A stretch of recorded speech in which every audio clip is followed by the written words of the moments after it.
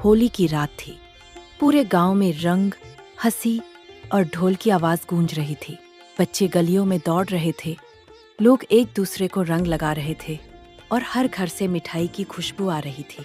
लेकिन गांव के बाहर एक पुराना मैदान था, जहां शाम होते ही सन्नाटा छा जाता था। गांव के बुजुर्ग हमेशा कहते थे कि उस जगह पर रात में जाना मना है, खासकर होली की रात। लोग मानते थे कि वहां इंसान नहीं, भूत होली खेलते हैं।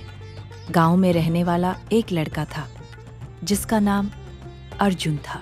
वह इन बातों पर बिल्कुल विश्वास नहीं करता था। उसे लगता था कि ये सब लोगों को डराने के लिए बनाई गई कहानियां हैं। जब उसके दोस्तों ने उसे चेतावनी दी कि रात को उस मैदान के पास मत जाना, तो वह हंस पड़ा।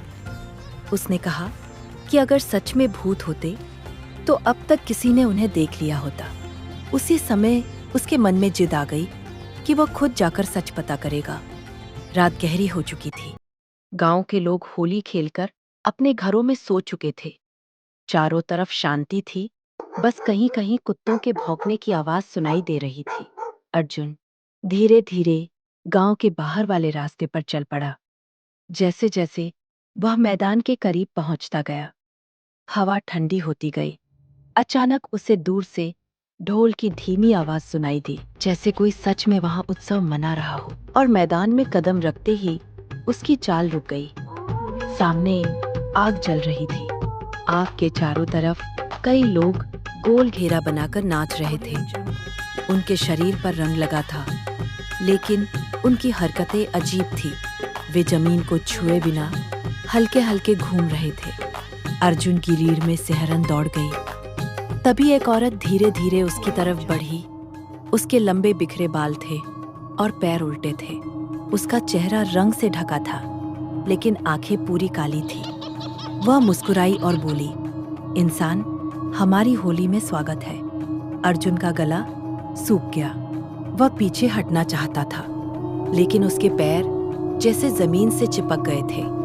आसपास नाच रहे बाकी लोग अब उसकी तरफ देखने लगे। उनकी मुस्कान डरावनी थी। एक भूत उसके पास आया और बोला, जो हमारी होली देख लेता है वो वापस नहीं जाता। ढोल की आवाज अचानक तेज हो गई। चुड़ैल ने अपने हाथ में लाल रंग लिया और अर्जुन के माथे पर लगा दिया।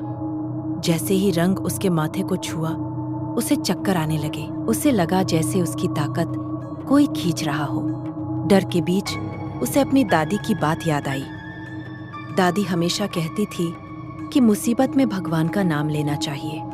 अर्जुन ने कांपती आवाज में मंत्र बोलना शुरू किया। पहले उसकी आवाज धीमी थी, लेकिन फिर वह जोर से बोलने लगा। अचानक हवा तेज चलने लगी।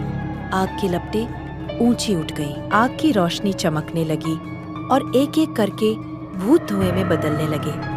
उनकी चीखें पूरे मैदान में गूंजने लगी। चुड़ैल ने आखिरी बार अर्जुन की तरफ देखा। उसकी आंखों में गुस्सा और डर दोनों थे। उसने चीख कर कहा, अगली होली हम फिर आएंगे। और अगले ही पल वह भी राख बनकर हवा में उड़ गई। सब कुछ अचानक शांत हो गया। ढोल की आवाज बंद हो गई। आग बुझ गई।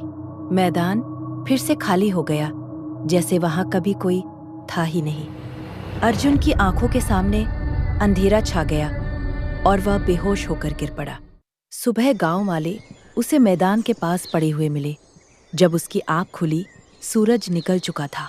चारों तरफ सामान्य माहौल था। शायद वह सपना था, लेकिन जब उसने अपने हाथ की तरफ देखा तो उसकी सांस अटक गई। उसकी हथेली पर लाल रंग से बना हुआ एक निशान था, बिल्कुल ताजा। उस दिन के बाद अर्जुन कभी उस मैदान के पास नहीं गया। गांव के लोग आज भी कहते हैं कि हर साल होली की रात, आधी रात के बाद उस मैदान से ढोल की आवाज सुनाई देती है। हवा में रंग उड़ते दिखाई देते हैं, लेकिन वहां कोई इंसान नहीं होता। लेकिन कहानी यहीं खत्म नहीं हुई। कुछ दिनों बाद अर्जुन की तबीयत अचानक खराब रहने लगी। रात होते ही उसे ढोल की वही आवाज सुनाई देती। कभी कभी उसे लगता कोई खिड़की के बाहर खड़ा है। एक रात उसने साफ देखा आंगन में लाल रंग के पैरों के निशान बने हुए थे, जो धीरे धीरे दरवाजे तक आकर गायब हो गए। डरकर उसने अपनी दादी को सब बताया। दादी का चेहरा गंभीर हो गया। उन्होंने कहा, तू सिर्फ उनकी होली देखकर नहीं आया, वो तुझे पहचान गए हैं। अगले दिन गांव के मंदिर में पूजा रखी गई। पुजारी ने अर्जुन को रक्षा धागा बांधा और चेतावनी दी कि अगली होली तक सावधान रहना होगा।